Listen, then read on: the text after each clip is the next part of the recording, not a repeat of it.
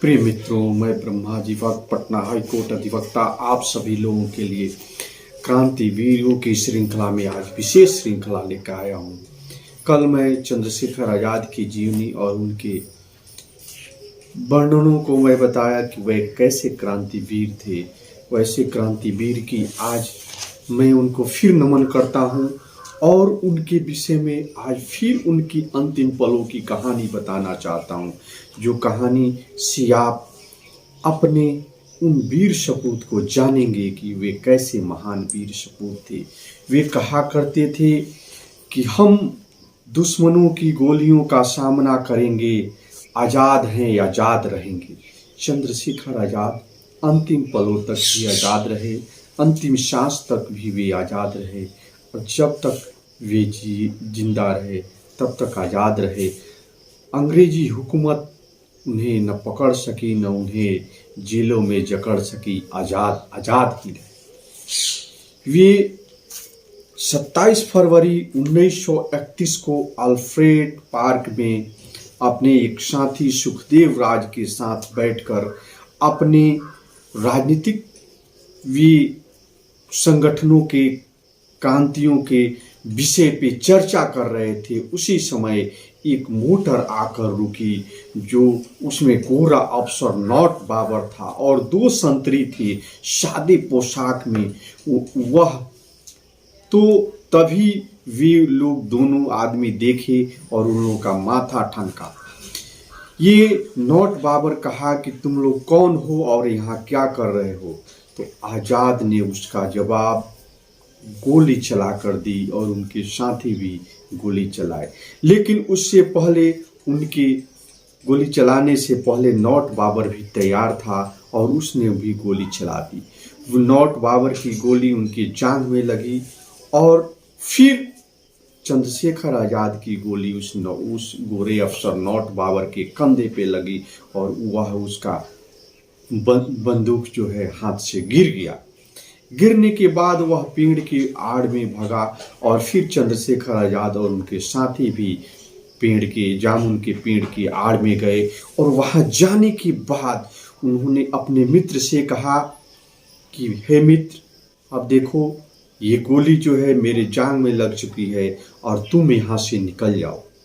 फिर दोनों तरफ से गोलियां चलने लगी और उनके मित्र सुखदेव राज वहां से निकले।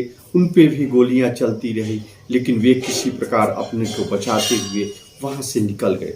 लेकिन चंद्रशेखर आज़ाद वे गोली चलाते रहे।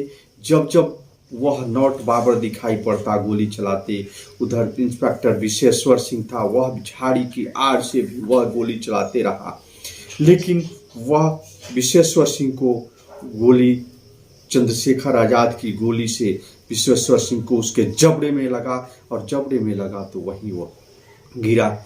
और जो और संतरी थे, जो और कांस्टेबल थे, वे नाले में जा छिपे और दोनों तरफ से गोलियां चलती रही। इसके निशान उन पेड़ों पे भी दिखाई पड़ता है। लेकिन कुछ देर के बाद चंद्रशेखर आज़ाद पीठ के बल गिरे, लेकिन उससे पहले वे अपने को आज़ाद रखना चाहते थे। इसलिए जब देखे कि हमारी गोलियां खत्म हो रही है तो वह अंतिम गोली अपने आप को मारकर वे वीर सपूत, क्रांतिवीर, ऐसा सूर्य क्रांति का जो कभी अस्त नहीं होने वाला था, लेकिन कुछ लोगों की मुखबिरी के चलते वह सूर्य अस्त हो गया और वे वहाँ पीठ के बल गिर पड़े। तो नॉट बाबर ने अपने एक कांस्टेबल से कहा कि फिर निशाना लगाओ। तो फिर उनके मरने के बाद भी अंग्रेजी सरकार की पुलिस और अफसर ने उन मृत शरीर पे गोली मारे और वहाँ वे ढेर हो गए थे, वे गिर गए थे। वह वीर शहीद अपने आप को भारत की मिट्टी को समर्पित कर दिए थे, अपनी भारत माता को आज़ाद करने के लिए, जो कि मात्र 14 वर्ष की उम्र में उनसे पूछा गया था। जो अंग्रेजी सरकार ने पूछी थी कि तुम्हारा नाम क्या है, तो उन्होंने बताया था कि आज़ाद। तुम्हारे पिता का नाम क्या है? तो स्वतंत्रता। माता का नाम क्या है? तो भारत माता। और घर कहाँ है? तो जेल खाना। उसी समय से आज़ाद हो गए थे और सभी लोग उनकी आज़ाद के दीवाने थे।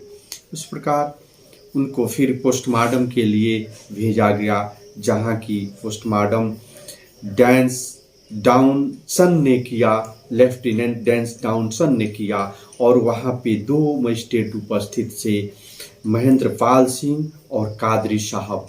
उनके उपस्थिति में उनका पोस्टमार्टम किया गया और पोस्टमार्टम करने के बाद वे ब्राह्मण थे, इसलिए ब्राह्मण रंगरूटों को बुलाकर वे उनका वजन काफ़ी अधिक था, इसलिए वे स्ट्रेचर पर नहीं जा सकते थे, तो लोरी पर लादा गया।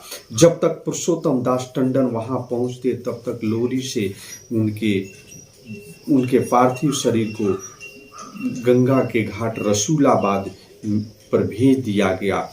जब तक कमला नेहरू और पुरुषोत्तम दास टंडन वहाँ रसूलाबाद घाट पर पहुँचते तब तक उनके पार्थिव शरीर को जलाया जा चुका था।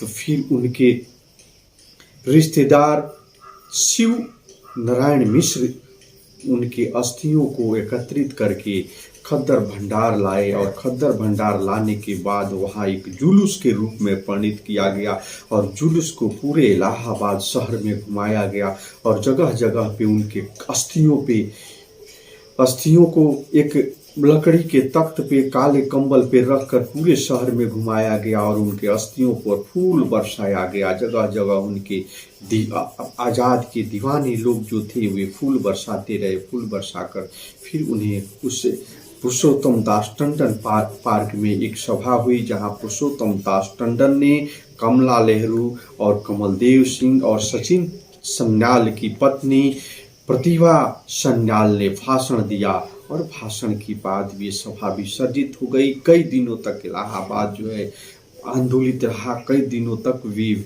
उस शहीद के लिए वे सभी लोग शोक संदेश मनाते रहे। कई दिनों तक इलाहाबाद बंद रहा। उसके बाद उनकी जहाँ वे चंद्रशेखर आज़ाद मारे गए थे जिस जामुन के पेड़ के पास, तो वहाँ पे भी लोगों ने फूल माला और पूजा अर्चना शुरू कर दी। तो अंग्रेजी सरकार ने उस पेड़ को भी काट कर रातों रात गायब कर दिया। लेकिन फिर चंद्रशेखर आज़ाद के चाहने वाले लोग, उनके दीवाने लोग जो भारत के वीर को चाहते थे, वैसे क्रांतिवीर को, वे फिर वहाँ पे एक जामुन का पेड़ लगा दिए और उस अल्फ्रेड पार्क का नाम चंद्रशेखर आज़ाद पार्क रखा गया। इस प्रकार से ये सभी लोग, ये भारत माता के वीर सपूत चंद्रशेखर आज़ाद के जो भी वे क्रांतिवीर को नमन करना चाहते हैं, वे अल्फ्रेड पार्क, अब चंद्रशेखर आज़ाद पार्क जाकर उस जामुन के पेड़ को आप उनकी सारी वहाँ पे आप देख सकते हैं। चंद्रशेखर आज़ाद जिस बंदूक से, पिस्तौल से वे गोलियां चलाते थे, उसको भी जो उस समय के ऑफिसर नॉट बाबर था, उसको अंग्रेजी सरकार ने उपहार स्वरूप दे दिया। लेकिन वे इंग्लैंड लेकर चला गया। लेकिन वे जब मुस्तफ़ी साहब कमिश्नर थे इलाहाबाद के, तो उन्होंने प्रयास किया नॉट बाबर से कि वे पिस्तौल वापस दे दे, लेकिन वह इस पे कोई अपना विचार नहीं दिया। लेकिन फिर लंदन में भारतीय उच्च आयोग द्वारा उस पे उनको कहा गया कि आप उनके पिस्तौल को वापस कर दें। तो इस आधार पे उन्होंने इस शर्त पे कहा कि अगर भारत सरकार अगर ये लिखित रूप से हमें वे मांग करे तो हम देने के लिए तैयार हैं। तो भारत सरकार ने लिखित रूप से भी वो शर्त तो मान ली और लिखित रूप से वो मांगी। तो नॉट बाबर ने उसको वापस किया। वापस करने के बाद वे लखनऊ संग्रहालय में रखा गया और फिर जब इलाहाबाद संग्रहालय बना तो इलाहाबाद संग्रहालय में लाकर रखा गया। उनके बहुत से उनकी जीवनी से जुड़ी हुई वस्तुओं को इलाहाबाद संग्रहालय में रखा गया है। आप जब कभी भी इलाहाबाद जाएं तो उस वीर सपूत चंद्रशेखर आज़ाद की धरती को नमन करें, जहां उनकी मृत्यु हुई, जहां वे शहीद हुए, अपने प्राणों की जहां आहुति दी।